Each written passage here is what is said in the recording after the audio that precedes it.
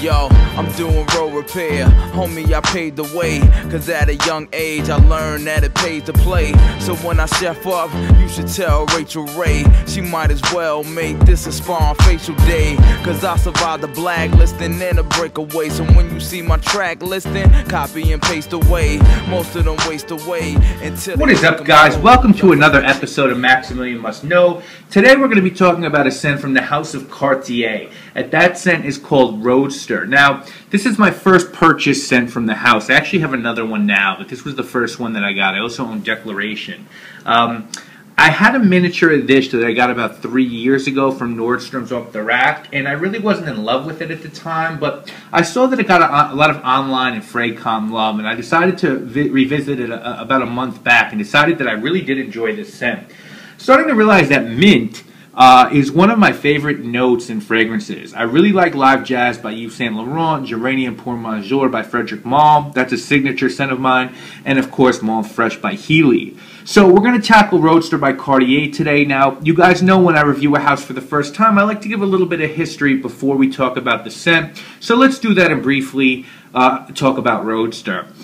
So people think mainly of Cartier as a fine watch and jewelry company, and this was a French house that was started in 1847 by a gentleman named Louis-Francois Cartier. Now, up until then, Cartier was an apprentice to a master jewelry maker who eventually died, and Louis-Francois took over and named the shop Cartier. And what really put them on the map was a wristwatch that they designed in 1904 specifically for Alberto Santos Dumont. He was a pioneer of aviation and a personal friend of Cartier's, and up until that time, aviators were using pocket watches, which is of course the first way that men carried watches around. And Dumont explained and complained how impractical that was to Cartier, so he designed a flat square bezel wristwatch for his friend, and it was called the Santos. And there have been tons of imitations of that watch, and besides from that watch, Cartier also has a scent now called Santos as well. Now, fast forward to 1907, and Cartier had shops set up in London, Paris, and New York, and they were making all different kinds of watches with hidden movements, and working with master watchmaker Edmond Jaeger, who helped them develop the tank watch, named for its resemblance to army tanks. And obviously, that design's been copied all over the world. So Cartier went on making fantastic watches with different movements from all kinds of master watchmakers, and eventually in 1972 his family sold out to a group of French investors. And once that was done, the line really started to expand. They started doing scarves and other types of jewelry and ties and leather goods and pens and of course fragrances. And first up to bat was a fragrance called Must de Cartier, which is for women, and then of course the aptly named Santos de Cartier for men. And Santos came out around 1981. I don't really love Santos. It's an Oriental, and I think it's sort of a trademark 80s fragrance with a lot of intense, powerful notes. Now, they've got over 50 fragrances in their library as of now, and the noses who worked on these scents read basically like a who's who of the French fragrance world. Mathilde Laurent, Jean-Claude Elena, Roberto Morales, Mark Buxton. Now, aside from having their general releases, which one can find at department stores and at most Sephora's, they also have their Lures, or their Hours collection, which is sort of their niche line, higher end line. And you can really only find those at boutiques and higher end department stores like Saks.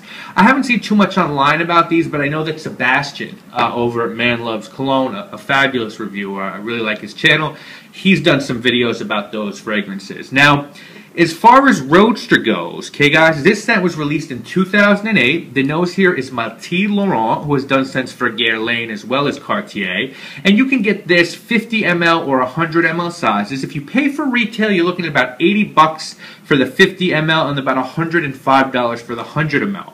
But shop around, because I was able to find 100 ml of this on Amazon for around 48 bucks shipped. So deals are out there. Now, before we get into the notes, let's just briefly look at the presentation. It comes in a nice box, nothing crazy. It's just a sort of tall box that has Roadster and Cartier, and it's really actually supposed to sit like this. The UPC is on the bottom, and that's because the fragrance, guys, is actually supposed to sit like that on your shelf.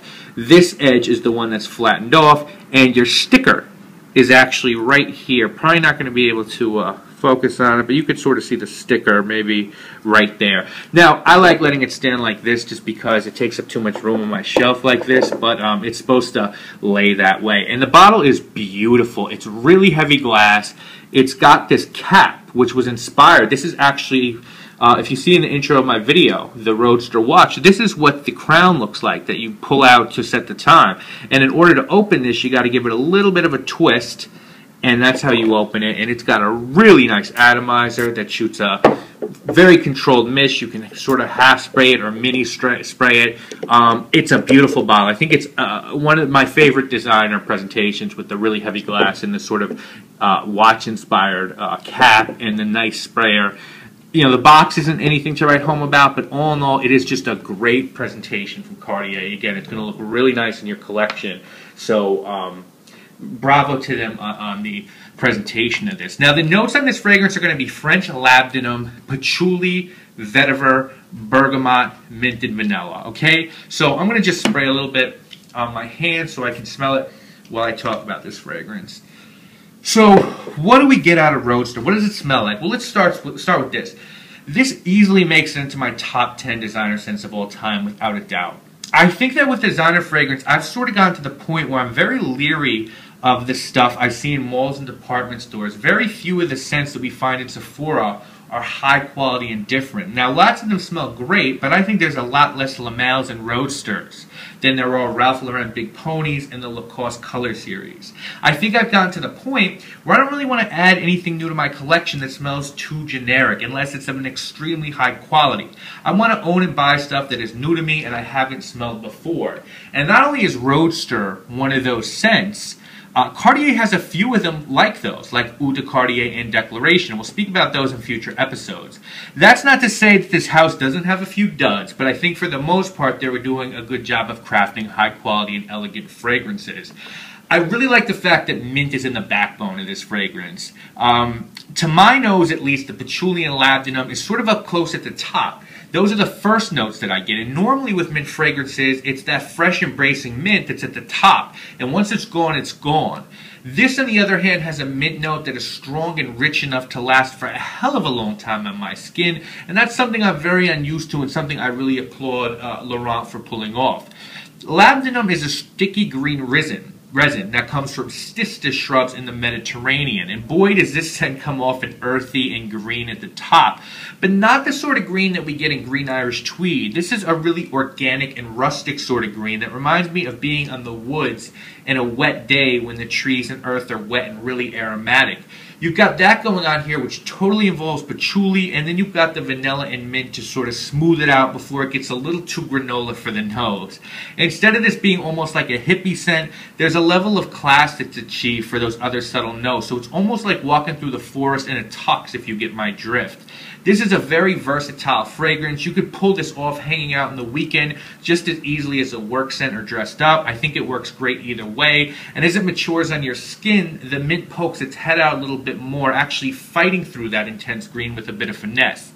If I had to give an image of this fragrance, I would imagine a really well-dressed man parks his Bentley near the lake on a gorgeous summer day. Him and his girlfriend sit there, maybe with some mint iced tea, taking in the smells of the land and the country. Maybe all that's coming together on a windy and dusty day, and that earth is really, and the greens around him are really starting to smell.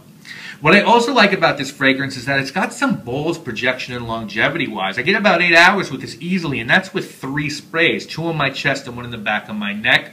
Also, this could be worn in different types of weather. It's rustic enough for the fall and winter, but just fresh enough for the spring and summer. I do think this is solely a man scent. I think a man with confidence should be wearing this scent, and I think you have to be at least 30 and up. It would really be hard for me to see either a high school kid or someone who's not well versed in fragrances to understand this scent and appreciate it. There's certain types of wines that really only wine drinkers appreciate, and there's certain type of fragrances that only people who love fragrances will appreciate. And I think I could be wrong, but I think this is one of those. I factored what I paid for this fragrance into my score. I factored in versatility. I factored in presentation, the heavy glass, the slick idea to make the cap look like the watch crown and stem. And I'm giving this scent, which is available under 50 bucks on Amazon, a 10 out of 10. For me, it's that good, it's that different, it's that brilliant. It's one of the finest designer fragrance compositions that you'll find in the market. buy this. If you like earthy fragrances but are put off by smelling too earthy, this is for you. A lot of reviewers like myself and Frunkinator and Mark and Steven and Renee look at these fragrances as pieces of art. Some pieces are more wearable than others. This is art in a bottle, and this is wearable art in a bottle at under $50. When you think about the fact that a bottle of this will cost you less than something like a Burberry Sport or a Lacoste, it really opens up your eyes to the differences between quality perfumes with a purpose and liquid that is there to generate revenue by marketing unsuspecting male dopes. And once you open your eyes to that choice and that divide, I promise you, you will never look at or smell fragrances the same again. Anyway, that is going to be this week's review of Cartier Roadster, 10 out of 10. 3 videos next week, guys. Middle of the week sample shopping, end of week Friday, collection video part 3. Don't forget parts 4, 5, and 6 are coming in that as well. And then next week we're going to be reviewing a fragrance. I'm not going to tell you what it is. I'll just tell you I'm picking it up this week at Min. How about that? And it's a good one. So 3 videos next week. Again, thank you all so much for watching. You guys are the best. Keep commenting, liking, and subscribing. Thank you all so much, really. I am Maximilian, and I'm Yo, whoever wrote me off should do comedy instead, cause that's the funniest thing I've ever read. I should have been dead and never made it to the future. I went to bed as Freddie P, but woke up as